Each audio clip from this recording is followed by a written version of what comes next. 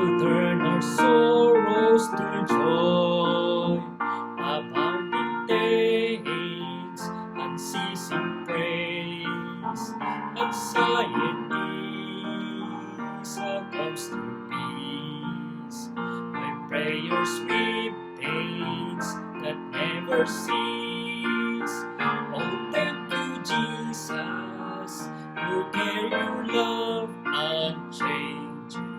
In everything we can praise and sing, no more complaining. Our joy maintaining through the one who supplies all our needs. What's the will of God for our days? Always rejoice, at all times pray. In everything, our thanksgiving to God for bountiful blessings. Oh, thank you, Jesus. Your care, your love unchanging. In everything we can praise and sing, no more complaining. Our joy maintaining to the one who supplies all our needs. Magandang umaga mga bata! Welcome back to Sunday School!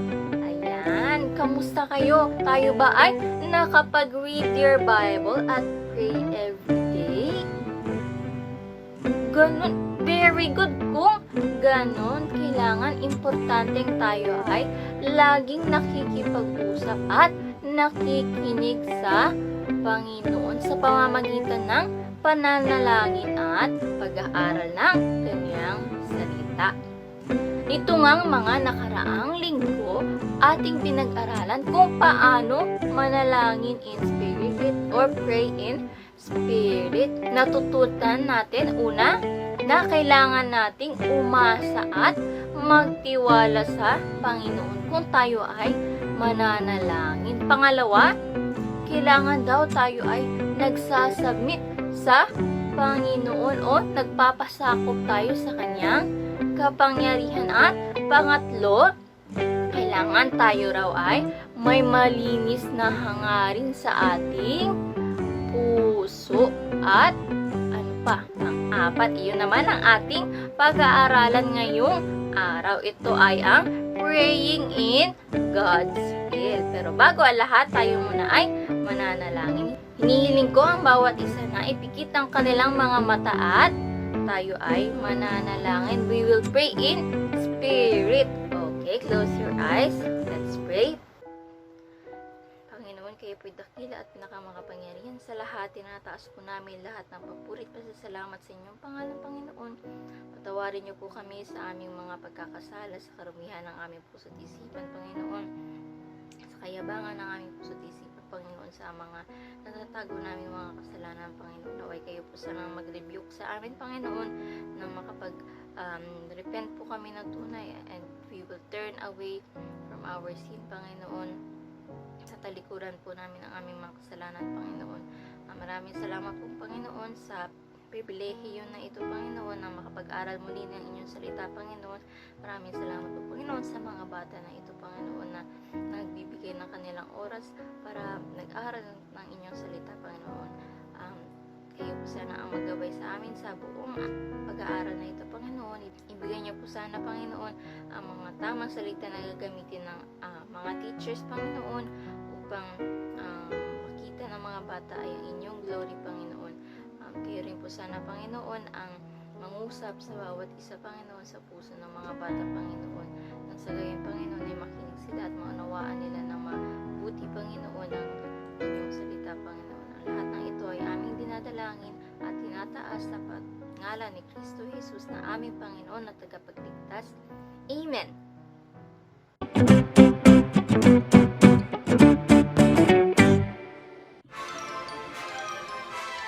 Kamusta mga bata? Ang ating word of the day ngayong linggo ay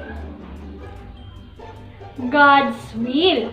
O sa ibang salita ay ang kagustuhan ng Diyos o ang natatanging kalooban ng Panginoon. Sinasabi sa Biblia mga bata na tayo daw mga tao, di ba tao tayo? Meron daw tayong mga kagustuhan na pansarili lamang. Pero, alam niyo ba na alam din ito ng Diyos? Halimbawa, gusto mong hilingin ngayon sa Panginoon na ikaw ay magkaroon ng 20 pesos. Alam niyo ba na alam niyo ng Panginoon? Kasi yun yung kalooban mo. At lahat ng naiisip natin o lahat ng alam natin ay alam rin ng Panginoon kasi siya ay all-knowing. At dahil all-knowing ang Panginoon mga bata, alam niya rin na mayroong mas magandang bagay kaysa sa iyong kagustuhan. Gusto mo 20 pesos pero ang gusto palang ibigay sa iyo ng Panginoon ay 50 pesos. Diba? Kaya mga bata, maganda sa ating panalangin na dapat lagi nating hinahanap o lagi nating inaalam kung ano ba ang kalooban ng Panginoon para sa atin. Huwag nating hanapin yung kagustuhan lamang natin kasi nakikita ng Panginoon ang the best para sa iyo. At yun yung dapat nating hinahanap, ang kalooban ng Panginoon.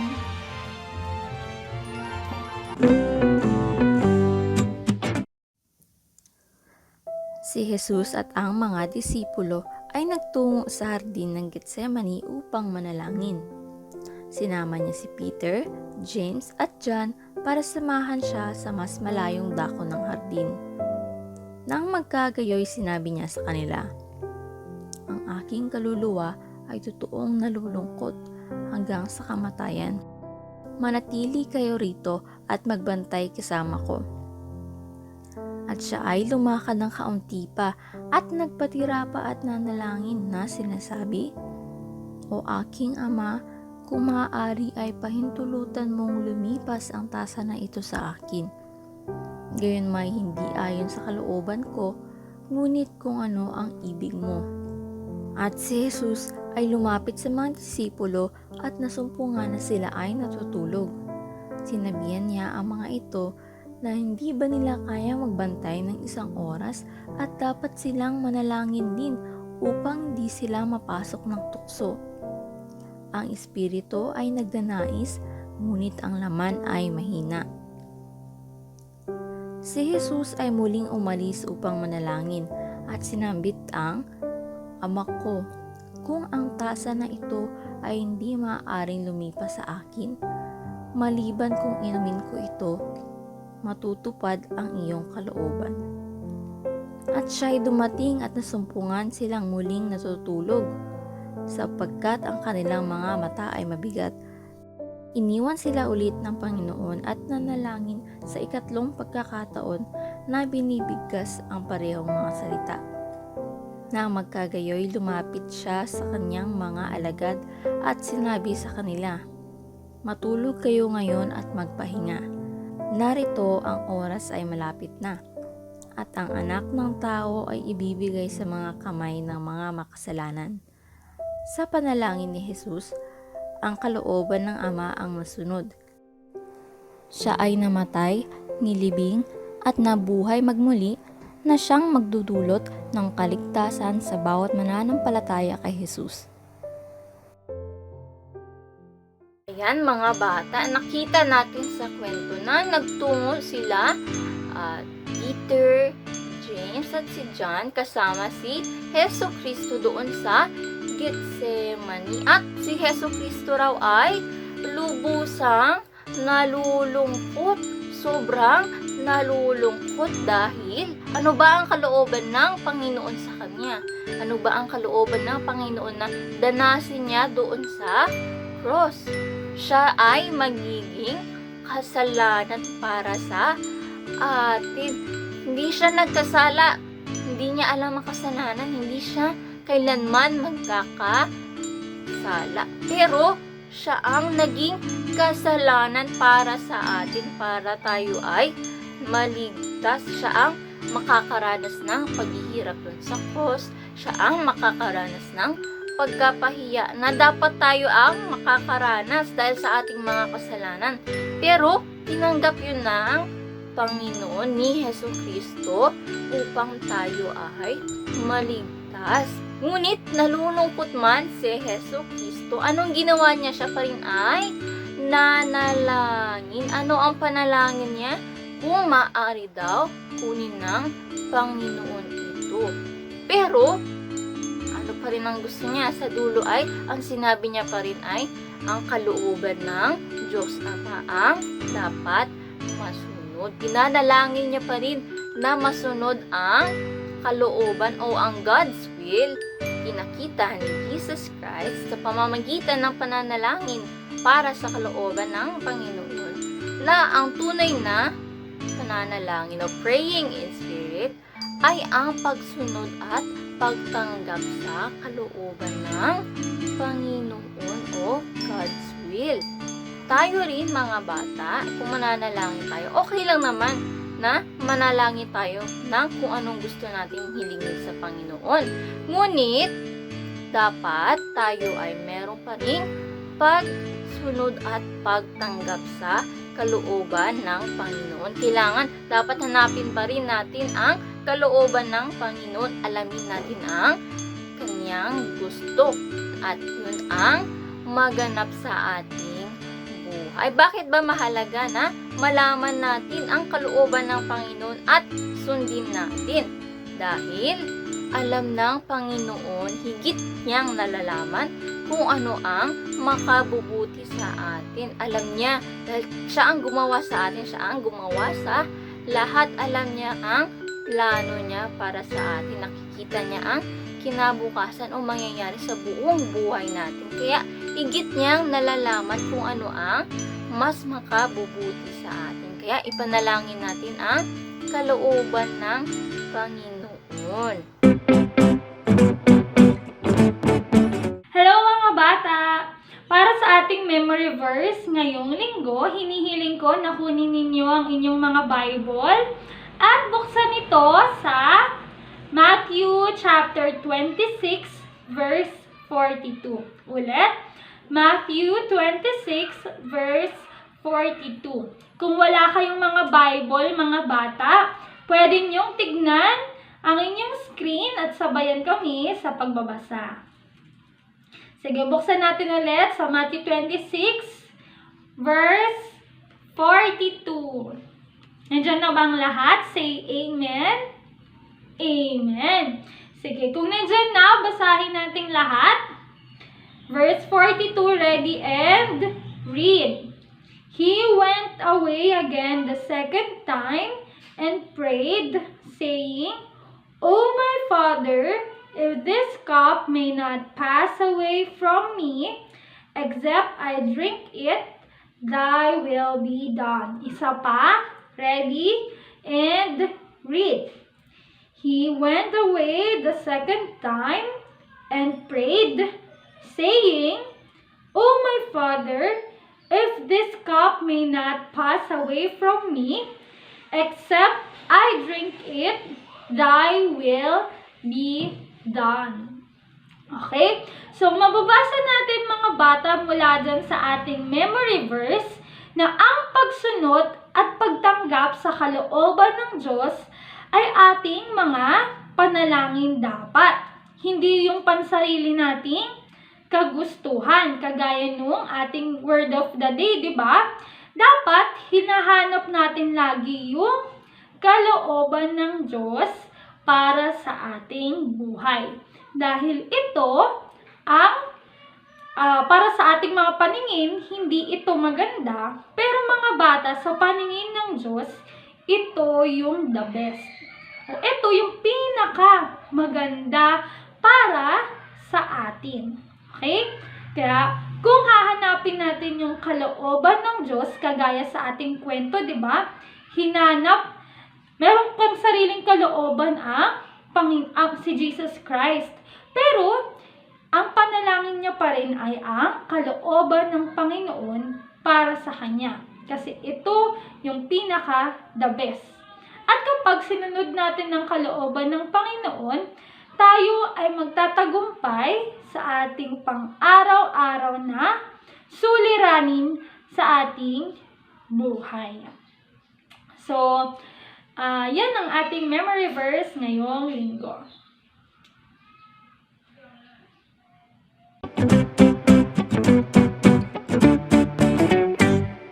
Kailangan natin ng plato, panulat, marker, at syempre, isang gunting. Una, itatalikod natin ang plato. At tayo ay mag-drawing ng bilog. Sunod, gagawa tayo ng paarko na mga linya. Pagkatapos naman ay gagawa tayo sa ibaba ng tuwid na linya. Gagawa pa tayo ng mas malaki na dalawang tuwid na linya. Parang ganito. Gupitin natin ang dalawang malaking linya.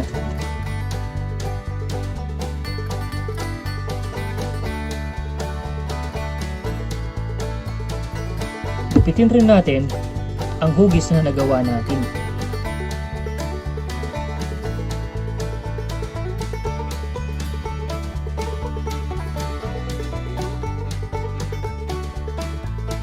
At italiko. Gagawa tayo muna ng kalapati. Ang dalawang ito ay gagawin nating pakpak. Parang ganito. Kailangan natin ng pandikit. Maglagay tayo ng pandikit.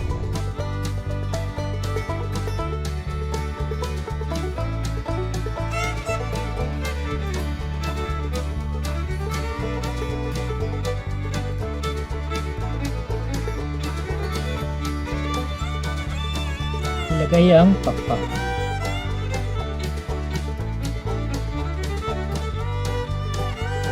Kasunod ay lalagyan natin ng mukha ang ating kalapati.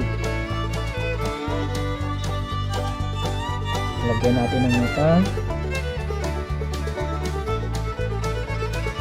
ng bibig, at ng mga paa.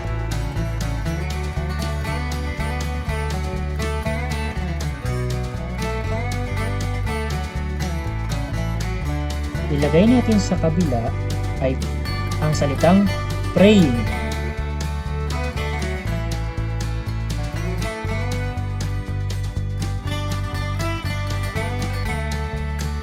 Sa kabila, in God's will.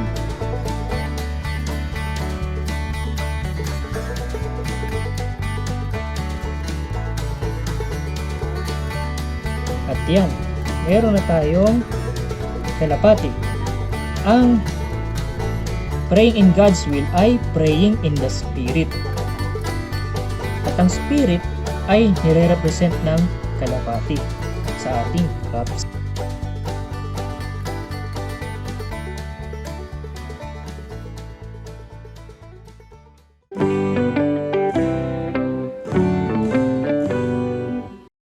Maraming salamat mga mag-aaral sa pakikinig ng ating aralin patungkol sa tema natin na Praying in the Spirit.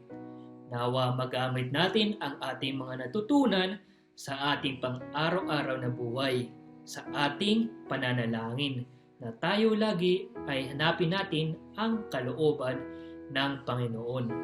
Tayo ngayon ay manalangin. Panginoong Diyos, salamat po sa binigay niyo pong araw na ito na muli kami makapagsama-sama at makapag-aral ng iyong salita.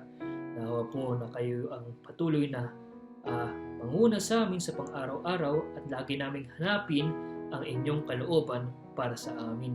Naway kayo magbigay ng tagumpay para sa susunod naming pananambahan at muli niyo po kaming ibalik sa susunod na mga Sunday School at kami ay mapag-aral.